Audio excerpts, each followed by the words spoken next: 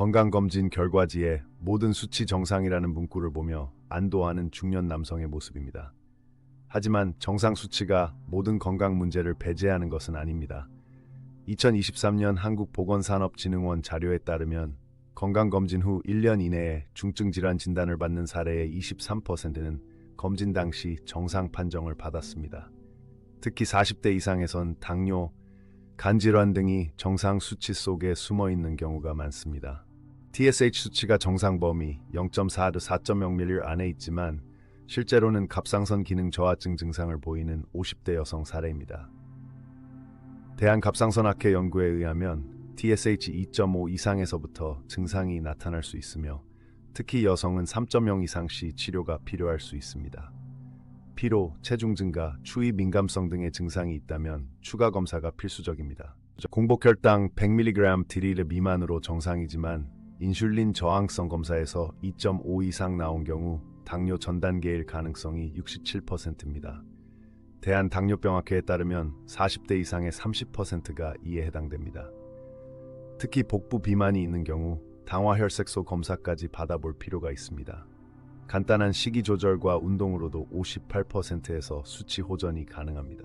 AST, ALT 수치가 정상 41이 이하임에도 초음파에서 지방간이 발견되는 경우가 전체 지방간 환자의 35%를 차지합니다. 간질환 전문가들은 간효소 수치가 정상이어도 간경변 초기 단계일 수 있다고 경고합니다.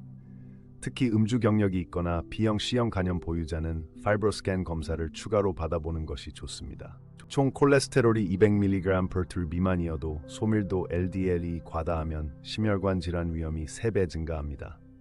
한국지질동맥경화학회에 따르면 50대 이상의 40%가 이에 해당됩니다. 일반 검사로는 알 수 없으며 LDL 입자 크기 분석이 필요합니다.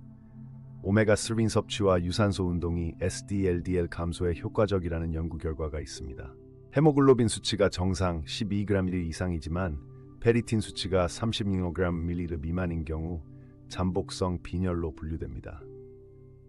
대한혈액학회 자료에 따르면 60대 여성의 25%가 이에 해당되며 만성염증이나 신장질환이 원인일 수 있습니다. 피로감과 창백함이 지속된다면 페리틴 검사와 CRP 염증 검사를 함께 요청하세요.